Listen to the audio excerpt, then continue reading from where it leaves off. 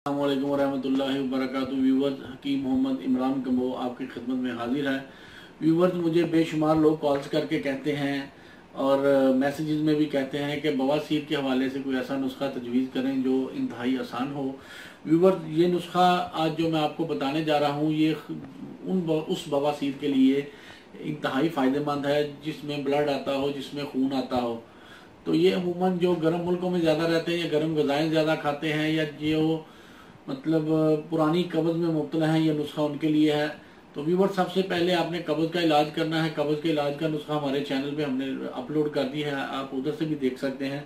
और उसके साथ साथ ये जो ब्लड वाली यानी खूनी बवासीर, जब पखाना करे तो साथ खून निकलता है, उसके लिए यह नुस्खा अक्सीर है, आब हयात है।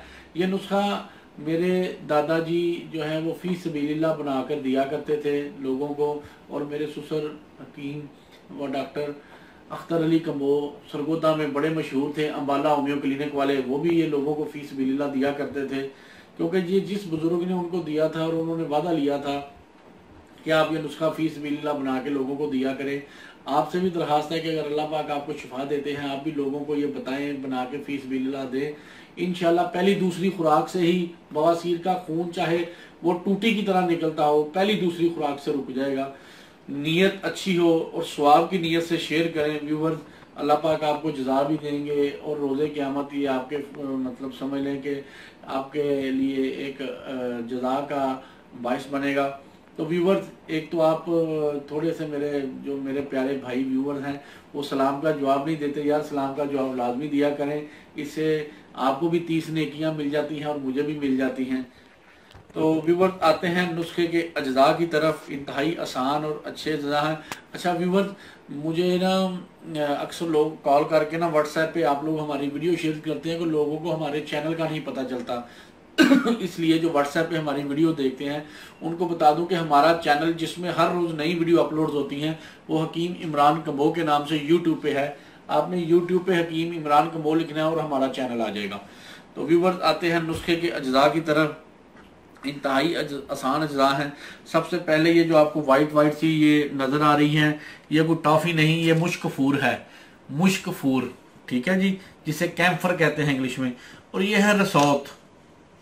ये रसौत क्या चीज़ है, थोड़ा सा इसका तारुफ मैं आपको करा दूंगा। और ये तीसरी चीज़ है सिरका अंगूरी। ये प्योर होना चाहिए। पाकिस्तान में जो दो लोग रहते हैं वो दितू कंपनी का या दुरानी कंपनी जो क्वेटे की है ये आम मिलता है। सिरका अंगूरी प्योर खालस होना चाहिए, एक नंबर होना चाहिए। 3 चीजें हैं। ये तो मैं बोतल बड़ी खरीदी है इसलिए कि हमारे यहाँ ये बल्क मिकदार ज्यादा मिकदार में होता है। आपने इतना ज्यादा नहीं लेना, आपने बिल्कुल थोड़ा सा लेना है, एवं 10-20 ग्राम ले लें आप। लेकिन ये आपको डेमो की खातर मैं जरा चीजें नुमाया नजर आए इसलिए ज्यादा ली हैं।